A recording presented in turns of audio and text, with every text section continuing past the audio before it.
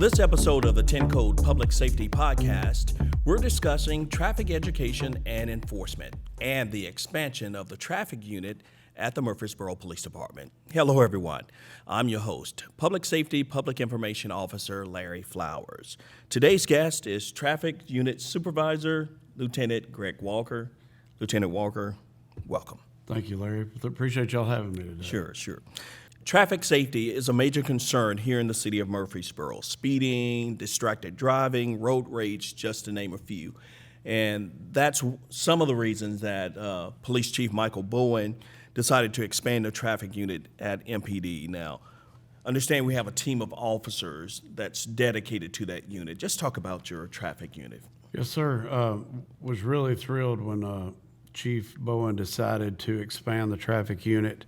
So the way it's set up right now, we've got, of course, myself, a couple of sergeants overseeing two separate units, and then we've got right now a total of 9 traffic officers that pretty much dedicate their entire day to traffic safety education and enforcement.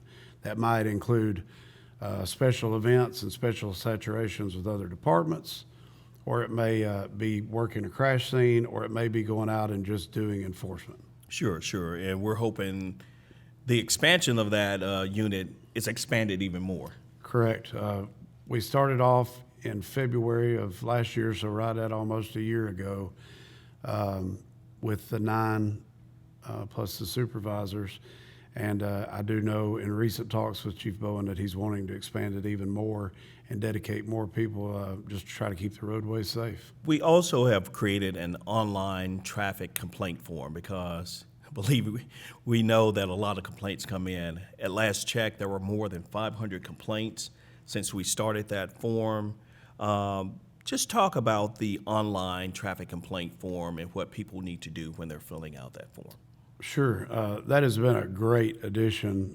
I think that you pretty much masterminded for that form. It is so helpful for us, but the more details that the public can give us when they do fill out the form is very helpful. There are some people that will literally say, there is a red pickup truck bearing this tag number that comes through and blows through the stop sign every day at 7:35 or 7:38. And when they're that detailed, we send an officer out there, and sure enough, the next morning they come through and we're able to pull that violator over and address that complaint, whether that be a citation, which that's usually what it is, or a conversation. I do want to urge people that do use a complaint to keep in mind, and I know that you put it on there, that it doesn't generate an automatic police response, but some of these complaints we get are a reckless driver, a road rage, almost ran me off the road, and they don't report it until that night or the next day. Many times that person, maybe the tag's not good, maybe they live outside of our jurisdiction, or a number of other reasons that we can't make contact. So those type of situations, you still need to call either 911 if it is a true emergency, or the non-emergency number, the 615-893-1311, and report it as it's happening so that maybe dispatch can see if we have a police officer in the area that can address that at the time it's occurring. You had used the example of the red pickup truck. We get a lot of neighborhood complaints, don't we? A lot of them. I would say, I've never really looked at it, but I would say that 70 to 80% of those 500 complaints on the traffic complaint form have been in residential areas. People concerned about the speed limits or driving safety or wanting speed controlling devices like speed bumps or speed cushions or more signage or reduced speed limits and just a lot of other wants and needs that will make people think they feel safer out walking their dog or pushing their kid in a stroller or something like that. But we do go to a lot of subdivision type areas, residential streets, to try to enforce those and to answer those complaints. But at the same time, we've got to address the complaints that we know, unfortunately, the big highways running through Murfreesboro, 231, 41, 70, the major streets is where we have obviously hundreds and hundreds of crashes every year. And some of those neighborhood complaints, what people will reach out to us on this forum and say, hey, why can't y'all put traffic calming devices in our neighborhood? Police do not handle that. Correct. And I tell them if they leave their information for me to respond to them by email or phone, I usually direct them to the city engineers like Ron Balachandra and Michelle Emerson, and people that actually have a little bit more knowledge and can figure out, okay, that can answer those questions of what it takes to get speed controlling devices, what it takes to add a stop sign at an intersection or add a traffic control device or a reduced speed or anything of that nature. It's important to keep in mind when submitting those online traffic complaints that you use as many details as possible, as Lieutenant Walker mentioned. If you would like to submit a form online, you can send it by visiting our website, www.murfreesboro.tn.gov/1781/police, and click on the traffic complaint form icon.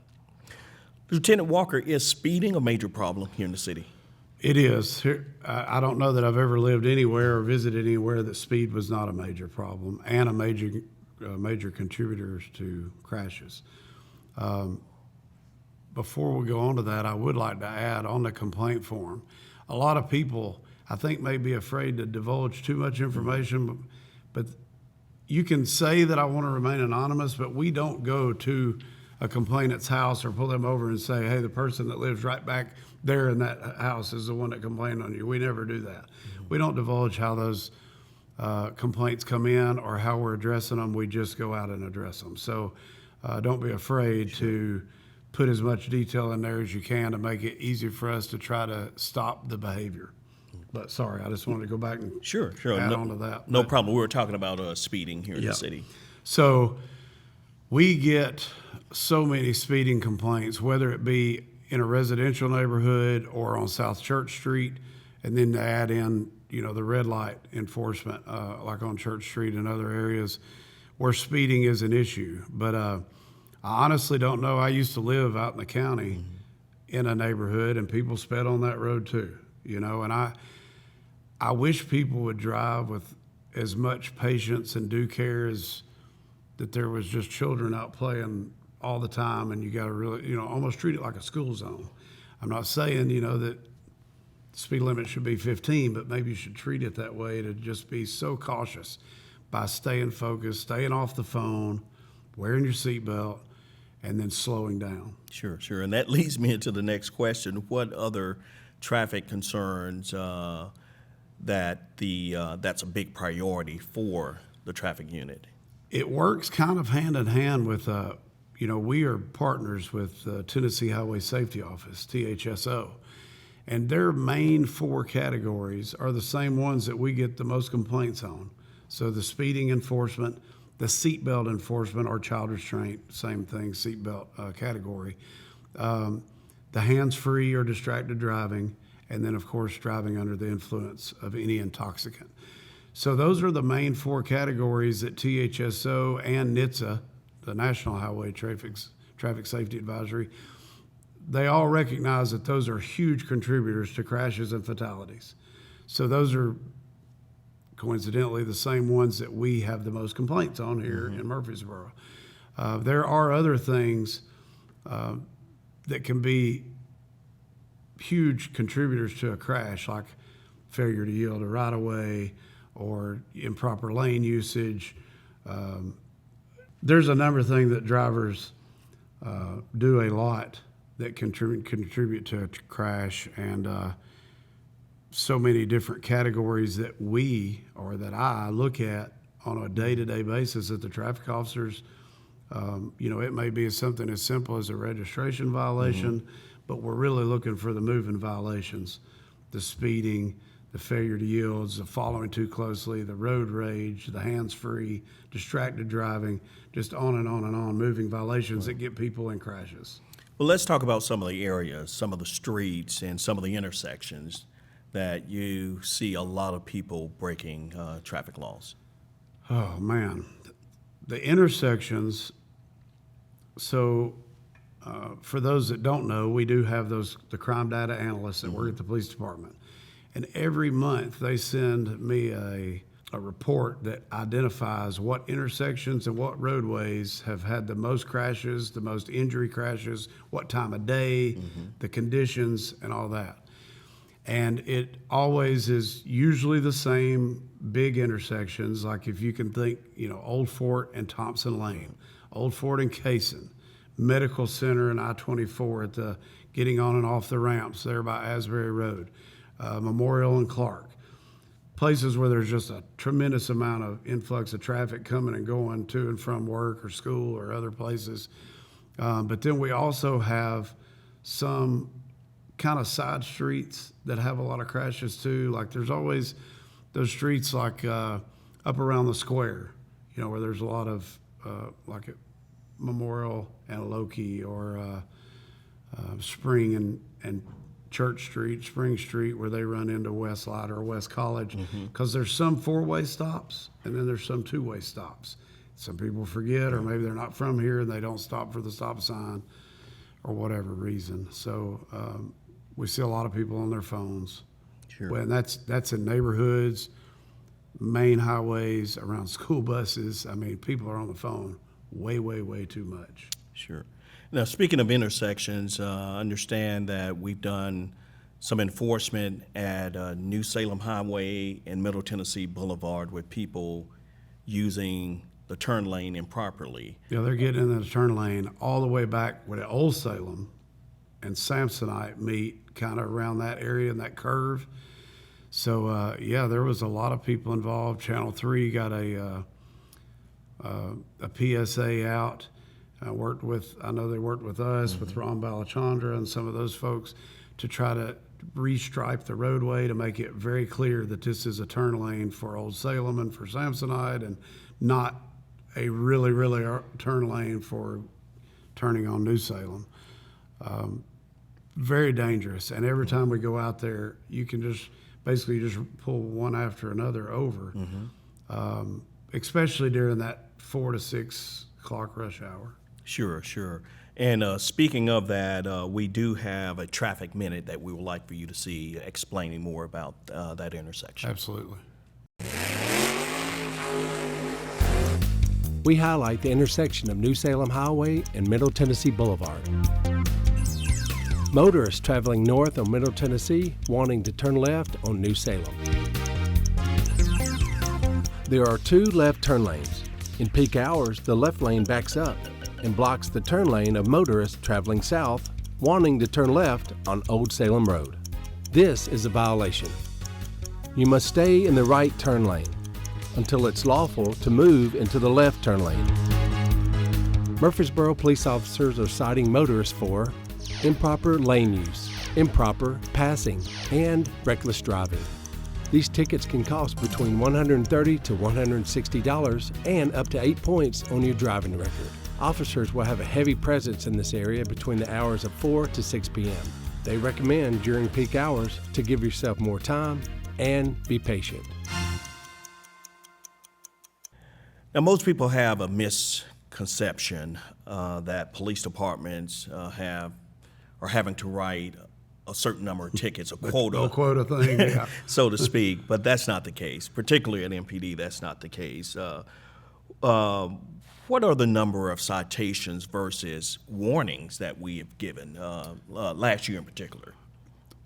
Best I can remember, we wrote probably close to 9,000 actual citations and probably just over 4,000 written warnings. So not quite 50%, but close. And I think a lot of that comes from whether it be an officer dealing with someone with empathy and compassion. You can still have that and actually write a ticket, but there are so many variables to officer discretion on whether somebody gets an actual citation or actually a warning or just a verbal warning. I know a lot of officers, and it varies officer to officer, but a lot of officers, while they're working a crash, if you caused a crash and you were at fault, some officers will write you a ticket for that, for that at fault contributing factor. Some officers will only write that ticket if there was an injury. So if nobody got hurt, they'll still put it on the report that driver 1 caused this crash, but they didn't issue him a citation for whatever reason. So there's no really set guidelines on, when you give out a ticket or when you give out a warning, but I think just having empathy and using good officer discretion sometimes dictates that. And sometimes those warnings don't work. I understand. I heard a story that we were out doing traffic enforcement. Driver of a pickup sped by. He was stopped, given a warning. He came back. The traffic enforcement is still going on, and he's still speeding. So he got a ticket. Got a real one that time. Yeah, I was actually there when that happened. Me and another officer were running radar in a residential neighborhood where we'd had some complaints. And sure enough, within 15 minutes, Wow. the same guy violating the speed limit he was doing I think 12 or 13 the first time he came through over the posted speed limit, and then doing 15 when he came back through. So he did get the real thing, but probably just my opinion. But I think that warnings can be good, and some people would adhere to them. But a lot of times, what I've seen in my career, it doesn't really change the behavior. But if a real citation that has potential financial burden, and it can even put points on your driving record, you get too many points, you get your license suspended. So it's just you don't want a real ticket, in my opinion. And we talked about quotas. Now let's talk about fines.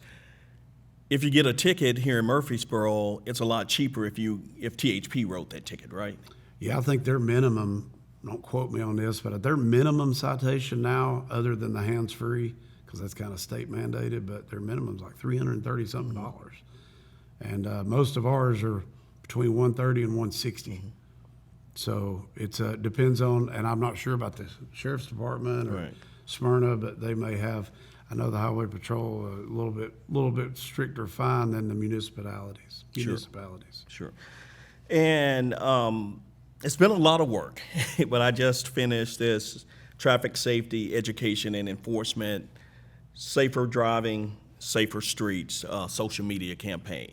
So it's awesome. I looked at it this morning. Oh, I appreciate Good job. it. I appreciate it. A lot of work, but I finally got it done. But every Tuesday for the foreseeable future, we'll try to feature a different education and enforcement campaign online. And would like to just hopefully, do you think people will get this message or at least heed to this message? I really hope so, because I think if people would drive unselfishly and more patiently, which I think is even in some of your slides in the upcoming Tuesday events that you just showed there, I think that it would just drastically reduce the number of crashes. Obviously, Murfreesboro is a pretty popular place for people to be moving to still, in Rutherford County in general.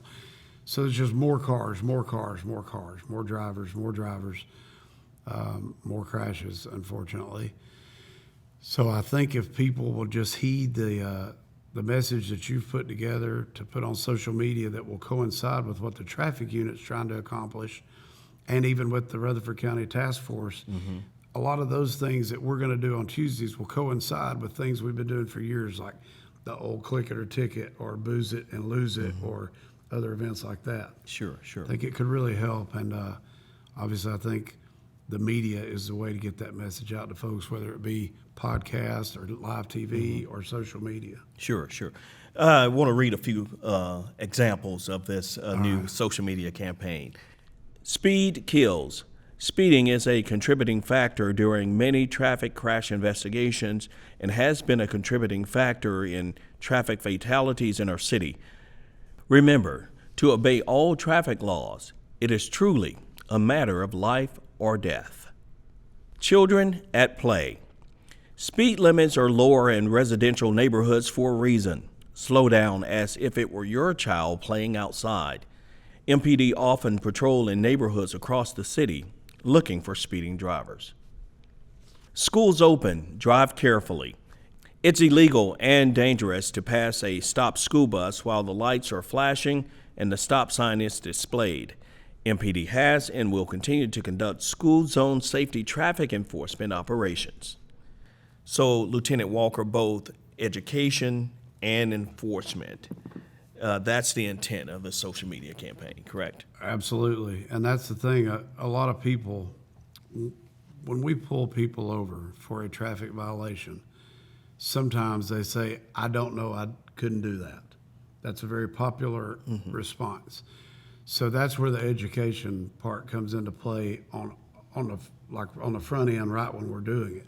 But if we can get that word out to them of these common violations that we see that you just noted on the bullet points, hopefully we won't have to do that, and the number of violators will go down, and we won't have to do as much education on scene. Right. It'll be just enforcement. Sure.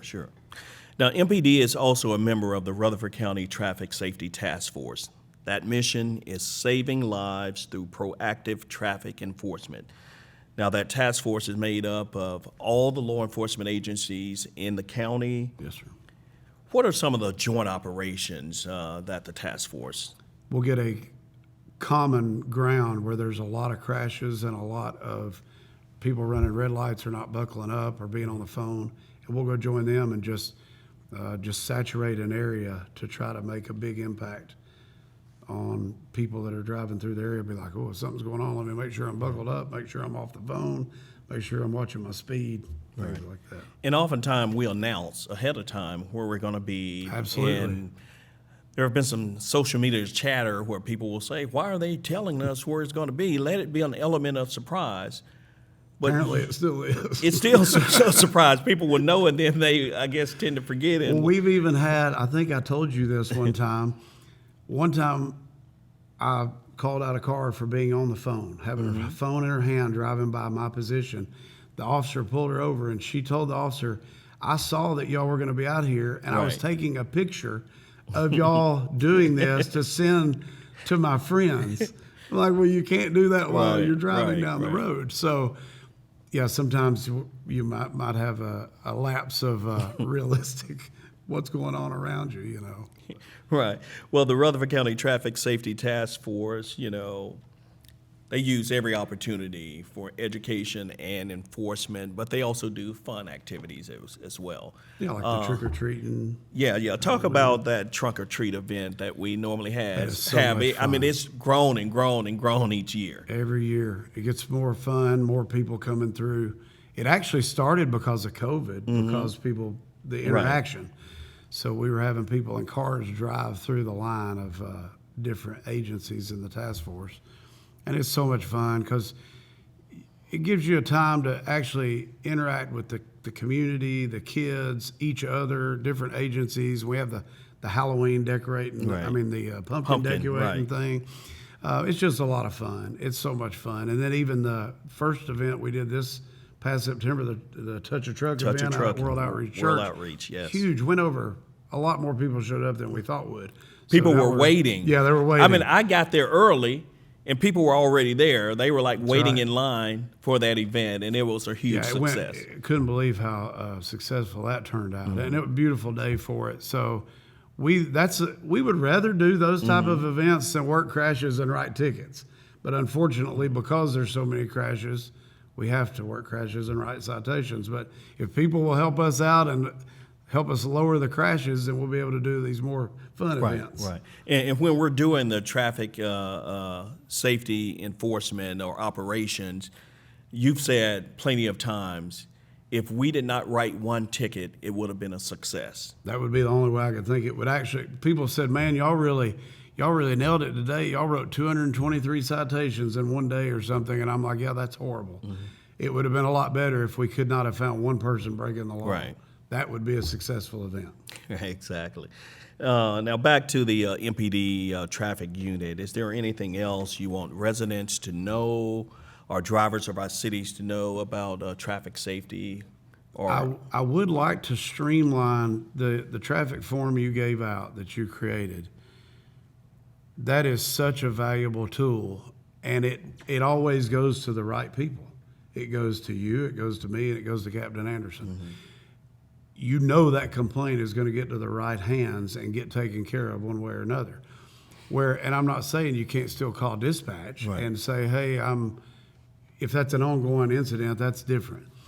But like sometimes you might call the wrong person or email the wrong person and it not get to the right person that actually will try to help and eliminate the problem. So I would just urge people to really use that form to, you know, if people are parking incorrectly or dangerously or where they shouldn't be on your street, if you got one or two cars that are really every day you notice this same yellow car go by at a high rate of speed, try to single out those individuals and let us address them as we can. Because I will throw out a very interesting stat before we close. Sure. We do traffic studies all over the city in residential neighborhoods where people think that a lot of people are speeding all day long. On the average, about 85% of the motoring public obey the speed limit. They obey the traffic laws in general. They stop at stop signs. They stop at red lights. They wear their seatbelts. They're not on their phone. And then you've got a small percentage, usually around 8 to 12%, that they might not go exactly the speed limit, but they're doing pretty close. Maybe they're doing 5 or 6 mile an hour over, but they're not like blatantly blowing down a city neighborhood street. Then you have a 3% average of people that don't have any regard for the law, and they're driving 50 and a 30, or they're driving 55 and a 30, or 48 and a 30. Those are the people we need to get to. But statistically, it's usually the same people. Like maybe it's somebody that lives in the neighborhood that's always late to work or late to school, and it's the same car every day. So if people could help us narrow down like the search and the time frame, that we could nip it pretty quickly and go out there and address the problem either on the street, or if we have a tag number and it comes back to somebody close, we just go up, knock on the door, and have a conversation. A lot of times it's young drivers, juveniles, and we'll just go have a conversation with their parents and let them know what we're getting intel on and see if we can change their driving behavior that way. Sure. We've been discussing traffic safety and the expansion of the Murfreesboro Police Department traffic unit with Lieutenant Greg Walker. Lieutenant Walker, thank you for joining us. Absolutely. Thanks, Larry. And thank you for listening via Podbean, Spotify, Apple Podcasts, Amazon Music, Audible, and Google Podcasts. You can also watch the Public Safety Podcast on YouTube and City TV 3. For more information on public safety in the fast-growing city of Murfreesboro, visit www.murfreesborotn.gov. Until next time, I'm Larry Flowers. Have a great day, everyone.